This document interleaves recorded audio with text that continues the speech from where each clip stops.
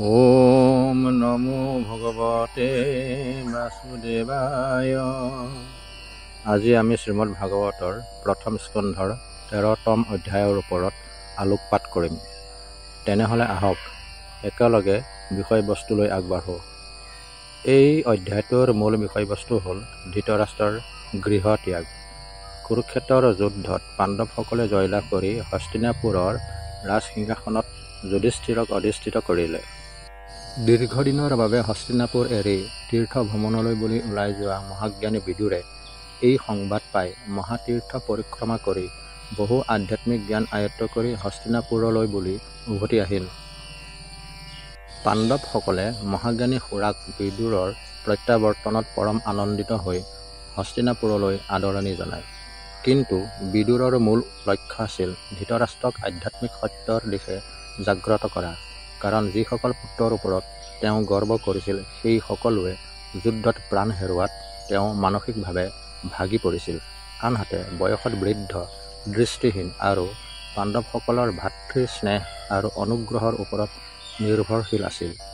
বিদুৰে ইয়াৰ পৰা ধৃতৰাষ্ট্ৰক মুক্ত কৰি ধৰ্ম পথলৈ লৈ যাবলৈ খুজি কৈছিল, হে মহাৰাজ, এই সংসাৰৰ সকলো বস্তু, ধন, ৰাজ্য, পুত্ৰ, ভাতৃ সকলো নশ্বৰ। মৃত্যু আপোনাৰ বাবে অপেক্ষা কৰি আছে। কিন্তু এতিয়াও আপুনি সংসাৰৰ মোহত আবদ্ধ হৈ আছে। এতিয়া এই সংসাৰৰ মোহ ত্যাগ কৰি ভগৱন্তত শৰণ লৈ নিৰ্বাণ লাভ কৰক।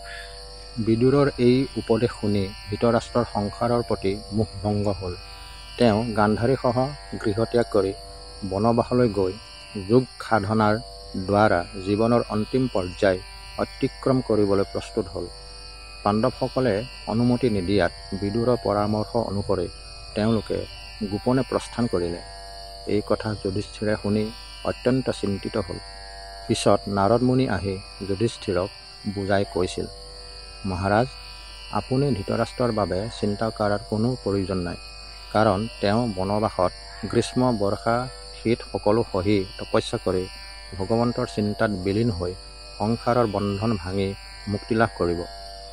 ধৃতৰাষ্ট্ৰৰ জীৱন পৰিক্ৰমা বিশ্লেষণ কৰিলে দেখিম ৰাজত্ব, ধন, শক্তি, পৰিয়াল কোনোটোৱেই স্থায়ী নহয়। জীৱনৰ অন্তিম সময়ত সকলো ত্যাগ কৰিবই লাগিব। কাৰণ মৃত্যু অনিবাৰ্য। আজিৰ সমাজতো মানুহ ধন, সম্পদ, ৰাজনীতি, ভোগ বিলাসতে আবদ্ধ। কিন্তু মৃত্যু যে সৰ্বদা নিকটত তাৰ প্ৰতি মানুহ সচেতন নহয়। সেয়েহে জীৱনৰ আৰম্ভণিৰ পৰাই ভগৱন্তৰ স্মৰণেৰে সৎ আৰু ধৰ্ম পথত চলা উচিত আৰু বিদুৰৰ দৰে সৎ লোকৰ উপদেশেৰে জীৱনটো ধন্য কৰাটো অত্যন্ত প্ৰয়োজন।